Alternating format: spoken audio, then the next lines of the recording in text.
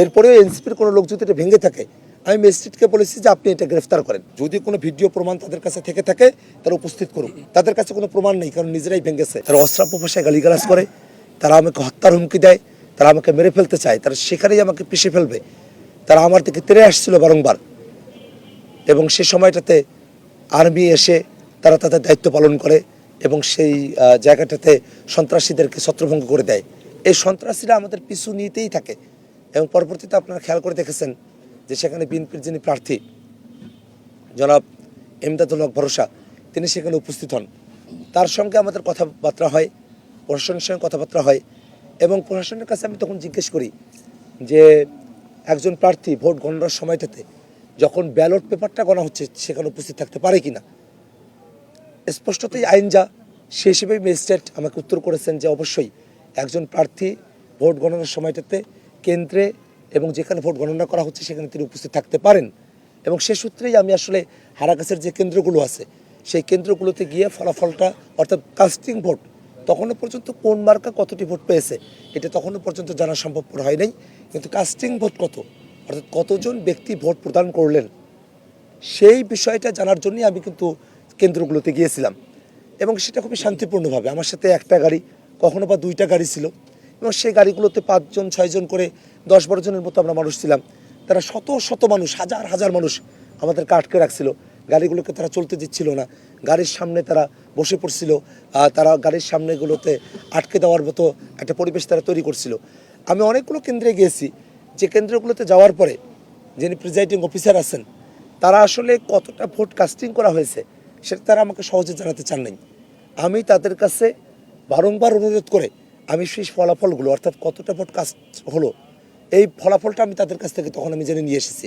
এবং প্রত্যেকটা জায়গায় আমি কিন্তু সময় ধরে, অর্থাৎ 4:45, 4:50 যে সময়ে আমি সেই কেন্দ্রে উপস্থিত হয়েছি, আমি একটা কেন্দ্রে বড়জোর 4 থেকে 5 মিনিট এই সময়টা আমার একটা কেন্দ্রে গিয়েছে। সেটাও গিয়েছে শুধুমাত্র সেই কেন্দ্রগুলোতে বেশি যেখানে প্রিজাইডিং অফিসাররা আমাকে সহজে তারা ফলাফলটা আমাকে জানাতে চাচ্ছিলেন না। এত অল্প সময় আমি সেখানে উপস্থিত ছিলাম। এবং এই পুরো সময়টাতে যখন এই হারাকাস মডেল কলেজের ভিতর থেকে সন্ত্রাসীদের আস্তানা থেকে, সন্ত্রাসীদের ঘেরাও থেকে সন্ত্রাসীরা আমার জীবননাশের হুমকি দিচ্ছে, আমাকে মেরে ফেলবে, এই ধরনের একটা পরিস্থিতি, বিএনপির কর্মীরা, ভরসা ভাইয়ের সমর্থকরা তারা যখন আমাকে মেরে ফেলবে, এই ধরনের একটা পরিস্থিতি, যখন আমাকে আর্মির লোকেরা তাদের দায়িত্ব পালন করে ছত্রভঙ্গ করে দিল, আমি যখন বাইরে বেরিয়েছি, ভরসা ভাইয়ের সাথে আমার কথা হলো, তিনি আমাকে জিজ্ঞেস করলেন যে তোমার তো এজেন্ট আছে। তা আমি বললাম যে ভাই, এজেন্ট মানে প্রতিনিধি, আর আমি তো মূল ব্যক্তি এখানে হাজির আছি, আমি মূল ব্যক্তি হিসেবে আমি যদি এটা জানি তাতে কোনো অসুবিধা আছে কিনা। তিনি বললেন যে না, হয় তুমি এমপি হবো অথবা আমি এমপি হব, চলো আমরা কেন্দ্রগুলোতে যাই। আমি কিন্তু তাকে সাথে নিয়েই পরের কেন্দ্রগুলোতে আমরা গিয়েছি। আমরা যখন খুব অবাক হয়ে খেয়াল করলাম যে আমরা যখন দরদি স্কুলে আমরা কেন্দ্রগুলোতে আমরা গিয়েছি, একই সঙ্গে আমরা কিন্তু যে প্রিজাইডিং অফিসারের যে রুম, সেই রুমে কিন্তু আমরা একই সাথে প্রবেশ করলাম। একই সাথে প্রবেশ করলাম, সেই রুমগুলোতে বিএনপির এজেন্টরা আছে, আমার এনসিপির, আমার শাপলাকলি মার্কার এজেন্টরা সেই কেন্দ্রগুলোতে নাই, তাদেরকে বের করে দেওয়া হয়েছে অলরেডি। বিএনপির এজেন্টরা আছে। একেবারে 2 জনে মিলে একই সাথে থেকে আমরা ফলাফলগুলো জানলাম। জানার পরেও আমরা যখন বাইরে বেরোয় আসলাম, আসার পরে দেখি যে পুলিশের গাড়ি সামনে 2টি কি 3টি গাড়ি আছে, পেছনে আর্মির গাড়ি আছে 3 থেকে 4টি, মাঝখানে ভরসা ভাইয়ের যে গাড়ি সেটি, এবং আমার যে গাড়ি সেই গাড়িটি। আমার গাড়িটাতে যারা ছিলেন 5-6 জন তার গাড়ির ভিতরে বসে আছেন। ভরসা ভাইয়ের গাড়িটা ভাঙ্গা, মানে গ্লাস ভাঙ্গা। সেই গাড়িটাতে গ্লাস ভাঙ্গার ধরনটা এরকম, আপনারা দেখবেন ছবিতে, যে ভেতর থেকে ভাঙলে পরে গ্লাস যেভাবে বাইরের থেকে বেরিয়ে থাকে, ভাঙ্গনটা সেরকম। আর বাইরে থেকে ভেঙে দিলে গ্লাসগুলো যে ভিতরের দিকে যাবে, টুকরোগুলো লেগে থাকা টুকরোগুলো তো ভিতরের দিকে যাবে সেটা নয়, বরং লেগে থাকা টুকরোগুলো ভেতর থেকে বাইরের দিকে আসে, অর্থাৎ ভিতর থেকে এটা ভাঙ্গা হয়েছে। আমি আসার পরে আমাকে ভরসার যারা নেতাকর্মীরা সেখানে ছিল আর কি, অল্প সংখ্যকই ছিল, তারা আমাকে তখন বলতেছে, কারণটা হচ্ছে যে পুলিশ এবং আর্মি তারা আমাদেরকে ব্যারিকেড দিয়ে রেখেছে, সাধারণ জনগণের ব্যারিকেড থেকে অনেক দূরে।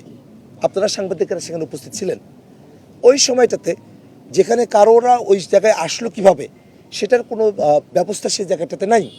ওই সময়টাতে আমাকে হঠাৎ করে বলা হলো যে এনসিপি নেতাকর্মীরা নাকি ভরসা সাহেবের গাড়ি ভাঙচুর করেছে। আমি তাদেরকে বললাম যে ভরসা ভাই, আপনার গাড়ির সামনে পুলিশের গাড়ি, আপনার গাড়ির পেছনে পুলিশের গাড়ি, এরপরেও এনসিপির কোনো লোক যদি এটা ভেঙে থাকে, আমি ম্যাজিস্ট্রেটকে বলেছি যে আপনি এটা গ্রেফতার করেন, সঙ্গে সঙ্গে গ্রেফতার করেন। এবং এখনও তারা কিন্তু আমাকে তখন তারা বলেছিলেন যে ভরসা ভাইয়ের গাড়িতে তারা হামলা করেছে, অর্থাৎ গ্লাস ভেঙেছে। আসলে তো ভিতর থেকে ভেঙেছে, নিজেরাই ভেঙেছে। সেটা নাকি তাদের কাছে ভিডিও আছে কারা ভেঙেছে।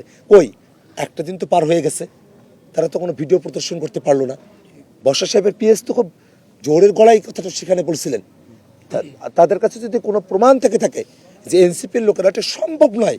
আপনারা পরিস্থিতি অ্যানালাইজ করে দেখেন, এনসিপির কয়েকজন মানুষ আমার গাড়িতে আছে, 4-5 জন, 5-6 জন, আমরা সব নিয়ে পুলিশের গাড়ির সামনে, পেছনে আর্মির গাড়ি। এই সময়টাতে ভরসার লোকেরা তার গাড়িতেই আছে। এই সময়টাতে ওই গাড়িটা চেক করে দেখা দরকার যে বর্ষা সাহেব তার গাড়িতে করে অস্ত্রশস্ত্র নিয়ে ঘোরে কিনা, সেটা চেক করে দেখা দরকার। নতুবা শুধু হাতের আঘাতে ওই গ্লাসটা ভিতর থেকে ভাঙা সম্ভব ছিল না। ভিতরে স্টাম্প বা বড় ধরনের কোনো অস্ত্র ছিল, যে অস্ত্র দিয়ে ভরসা সাহেবের লোকেরা নিজেরাই এই গাড়িটা ভেঙে এনসিপি লোকদের উপর তারা দায় দেওয়ার চেষ্টা করছেন। আমরা এখনও বলছি, যদি কোনো ভিডিও প্রমাণ তাদের কাছে থেকে থাকে তারা উপস্থিত করুক। তাদের কাছে কোনো প্রমাণ নেই, কারণ নিজেরাই ভেঙেছে, নিজেরা ভেঙে সে প্রমাণ তো তারা রাখতে পারে না। এটা হচ্ছে তাদের পরিস্থিতি।